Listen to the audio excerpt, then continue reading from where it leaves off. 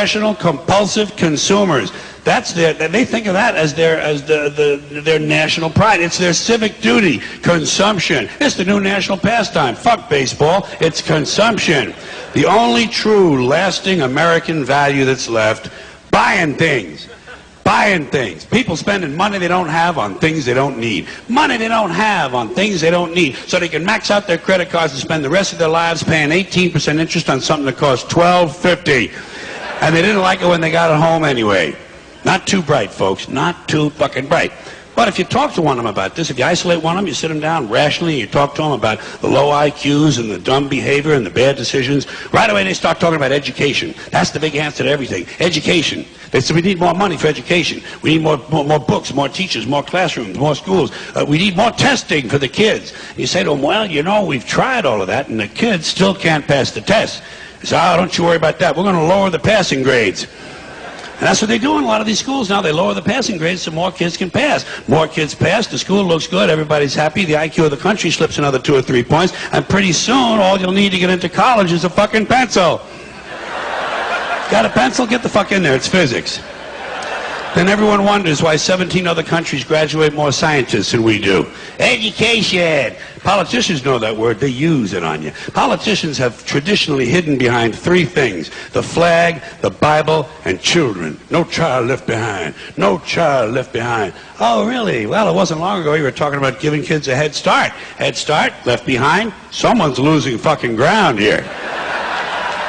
But there's a reason. There's a reason. There's a reason for this. There's a reason education sucks, and it's the same reason that it will never, ever, ever be fixed. It's never going to get any better. Don't look for it. Be happy with what you got. Because the owners of this country don't want that.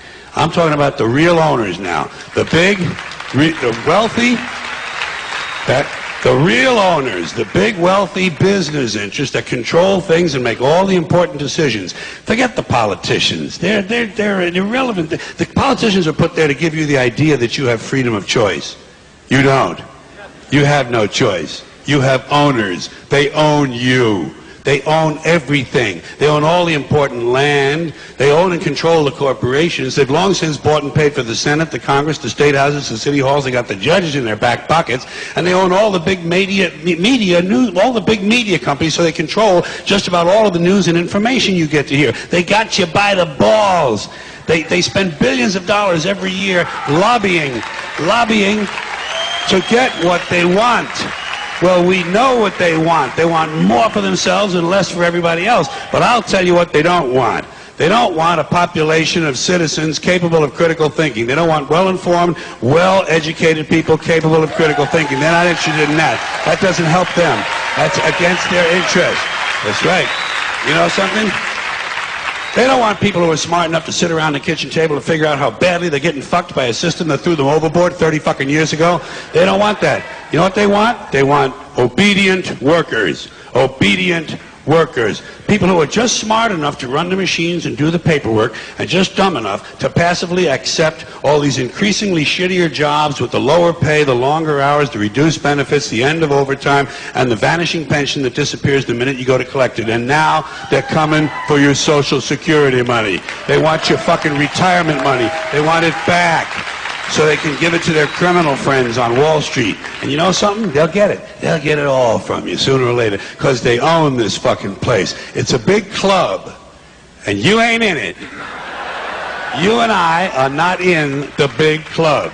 And by the way, it's the same big club they use to beat you over the head with all day long when they tell you what to believe. All day long, beating you over the head in their media, telling you what to believe, what to think, and what to buy. The table is tilted, folks. The game is rigged. And nobody seems to notice. Nobody seems to care. Good, honest, hard-working people, white collar, blue collar, doesn't matter what color shirt you have on. Good, honest, hard-working people continue. These are people of modest means. Continue to elect these rich cocksuckers who don't give a fuck about them. They don't give a fuck about you. They don't give a fuck about you. They don't care about you at all. At all. At all. Yeah. You know? And nobody seems to notice, nobody seems to care. That's what the owners count on, the fact that Americans will probably remain willfully ignorant of the big red, white, and blue dick that's being jammed up their assholes every day. Because the owners of this country know the truth It's called the American dream because you have to be asleep to believe it.